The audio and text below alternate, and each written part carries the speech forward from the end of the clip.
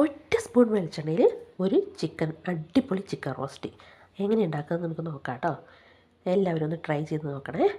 ആദ്യം തന്നെ നമുക്ക് ചിക്കൻ കറിക്ക് ആവശ്യമായിട്ടുള്ള ഉള്ളി, കിഴങ്ങ്, ഇഞ്ചി, വെളുത്തുള്ളി ഈ വിധ സാധനങ്ങളൊക്കെ ഒന്ന് റെഡിയാക്കി എടുക്കാം. അപ്പോൾ ഞാൻ ഈ സാധനങ്ങളൊക്കെ ഒന്ന് റെഡിയാക്കട്ടെ കേട്ടോ. ഇതൊക്കെ റെഡിയാക്കിയിട്ടുണ്ട്. പിന്നെ അപ്പോൾ ഒരു ചീഞ്ചട്ടി എടുത്തിട്ട് അതിലേക്ക് 1 സ്പൂൺ മുളക് പൊടി, ഒരു 1.5 ടീസ്പൂൺ മല്ലിപ്പൊടി, ഇത്രയും സാധനങ്ങൾ നന്നായിട്ടൊന്ന് ചൂടാക്കുക. പിന്നെ നമ്മുടെ ചാനൽ കാണുന്ന എല്ലാവരും ഒന്ന് സബ്സ്ക്രൈബ് ചെയ്ത് ലൈക്ക് ചെയ്ത് ഷെയറൊക്കെ ചെയ്ത് സപ്പോർട്ട് ചെയ്യണം കേട്ടോ.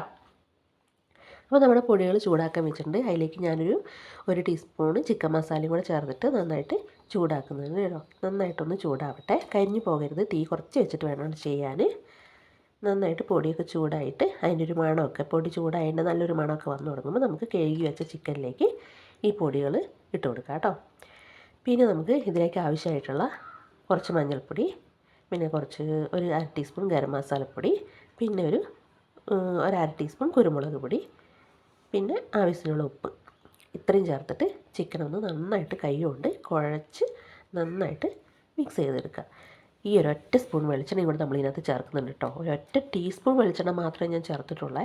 ഈ ഒരു വെളിച്ചെണ്ണ അല്ലാതെ നമ്മൾ വേറെ വെളിച്ചെണ്ണയൊന്നും ഇതിൽ ചേർക്കുന്നില്ല കേട്ടോ. ചെറിയ ജലദോഷമൊക്കെ ആയതുകൊണ്ട് ഒരു മൂക്കടപ്പൊക്കെ ഉണ്ട് കേട്ടോ. എല്ലാവരും അഡ്ജസ്റ്റ് ചെയ്യണേ. പിന്നെ ആവശ്യത്തിനുള്ള കറിവേപ്പില ഇട്ടിട്ട് നമ്മുടെ ചിക്കൻ കൈ കൊണ്ട് നന്നായിട്ടൊന്ന് കുഴച്ചിട്ട് ഒന്ന് പൊത്തി വയ്ക്കാം. കുറച്ച് നേരം വെക്കാൻ പറ്റുവാണെങ്കിൽ നല്ലതാണ് കേട്ടോ. ഇപ്പോൾ ഇവിടെ വെക്കാനൊന്നും നേരം ഇല്ലാത്തതുകൊണ്ട് ഞാൻ വെച്ചിട്ടില്ല. ഇഞ്ചി വെളുത്തുള്ളി ചതച്ചത്, അതിന് കൂടെ നമ്മുടെ ഒരു 2 സവാള നൈസായിട്ട് അരിഞ്ഞത്, ഒരു വലിയ തക്കാളി, അതും കൂടെ ചേർത്ത് ഇതിലേക്ക് ചേർക്കുക. വീണ്ടും കൈ കൊണ്ട് നന്നായിട്ട് തിരുമ്മി കുഴയ്ക്കുക. കിഴങ്ങ് ഇഷ്ടമുള്ള ആളുകൾ ഇവിടെ ഉള്ളത് കൊണ്ടാണ് കേട്ടോ ഒരു കിഴങ്ങ് ചേർത്തത്. കിഴങ്ങ് ചേർക്കാൻ നിർബന്ധമൊന്നുമില്ല.